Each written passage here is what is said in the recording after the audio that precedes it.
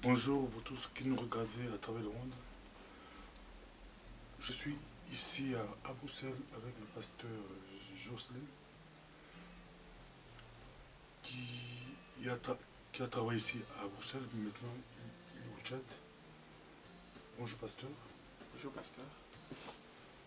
Ça fait longtemps qu'on ne voit plus ici à Bruxelles.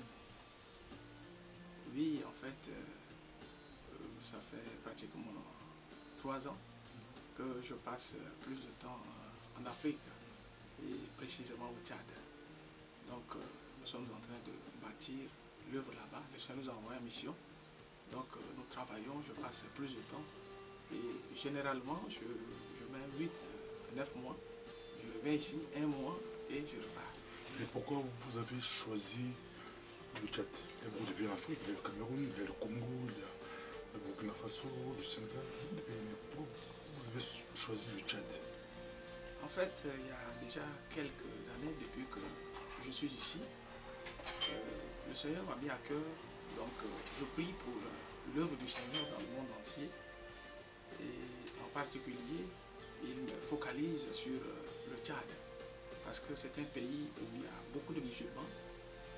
Et je recevais la confirmation, sinon de la part du Seigneur.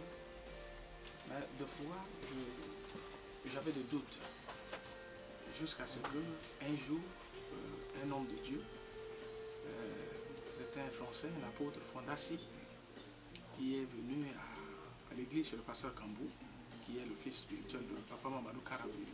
Donc, le pasteur Kambo est de Burkina Faso. Du Burkina Faso, oui. Et le Karambiri aussi de Burkina Faso. Voilà. Et toi, tu travaillais là-bas. Effectivement. Donc, c'est là que Dieu t'a donné la vision claire. Et l'homme de Dieu, donc Fondassi en question, m'a appelé au milieu d'Assad pour confirmer ce que le Seigneur me disait déjà quand j'étais seul à l'intérieur en prière. Pour me dire, écoute, le Seigneur t'envoie au Tchad, il y a du travail là-bas, et voilà ce que tu dois aller faire. Et l'homme de Dieu, est-ce qu'il savait que tu es tchadien? Il ne savait pas. Il ne savait pas. Il a prophétisé sur toi. Il a prophétisé. Que tu es rentré au Tchad. Et tu as directement compris que c'était Dieu qui te parlait. Effectivement. Et déjà, quelques temps avant ça, nous étions avec Papa Mamadou Karambiri, donc à Paris, où il a confirmé ces choses. Il m'a demandé même de commencer l'œuvre. Mais je ne voudrais pas aller au-delà de ce que le Seigneur dit. Donc, je me suis enfermé, j'ai cherché la confirmation. Et c'est comme ça que le Seigneur a apporté cette confirmation encore par l'apôtre Fondassi. Quelle est votre vision? Notre vision, c'est d'abord de faire connaître Christ à ce peuple, parce que arrivé sur place, nous nous sommes rendus compte que c'est vrai, les gens ont reçu l'évangile, mais vous savez, le peuple de Dieu, la plupart du temps, on n'apprend pas à creuser pour entrer dans la profondeur de la parole du Seigneur et découvrir qui est notre Dieu et quelle est notre identité, à quoi le Seigneur nous a destinés. Et quelles sont les difficultés que vous avez là, que vous rencontrez?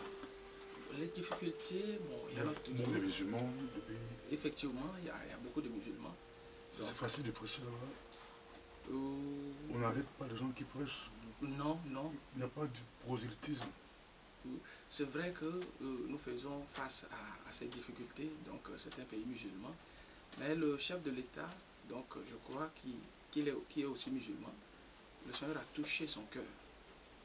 Et il y a des endroits où les églises sont brûlées ou arrachées pour transformer en mosquée. Mais ces derniers temps, nous voyons le chef de l'État réagir positivement par rapport à l'église. Et même deux fois, j'ai même appris que dans la traduction de la Bible, dans les langues ou les dialectes, le président intervient, donc financièrement. Alors, nous pouvons dire que... Il s'appelle comment le président? Pardon? Il s'appelle? Le président de la République s'appelle Idriss Déby. Idriss Déby soutient les églises. Effectivement.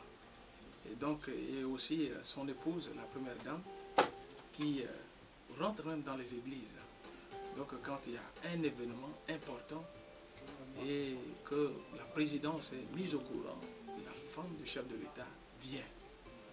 Ah, donc, vraiment, nous trouvons un encouragement et nous savons que le le Seigneur est là et nous nous attendons à beaucoup de choses de sa part. En tout cas, merci beaucoup, pasteur Jocelyne, de votre passage ici à Bruxelles. Nous sommes ici à Mérode et Dieu vous bénisse. Quel est votre mot de la fin? Si vous voulez dire tout ce qui... S'il y a un mot que je dois ajouter, j'aimerais simplement exhorter le peuple de Dieu, et en particulier les pasteurs, que les hommes de Dieu soient intègres et chercher à connaître le Seigneur d'abord pour être des modèles et des exemples, parce que je vois que beaucoup d'enfants de Dieu n'ont pas de repères. Selon qu'il est écrit, si la tête est malade, c'est tout le corps qui est malade. Et donc si les pasteurs ne tiennent pas, cela a des répercussions sur le peuple de Dieu. Et la deuxième chose que je voulais ajouter, je voulais inviter le peuple de Dieu, donc le chrétien, à ne pas être paresseux, mais à chercher Dieu. C'est vrai qu'il y a des livres, mais le premier, meilleur livre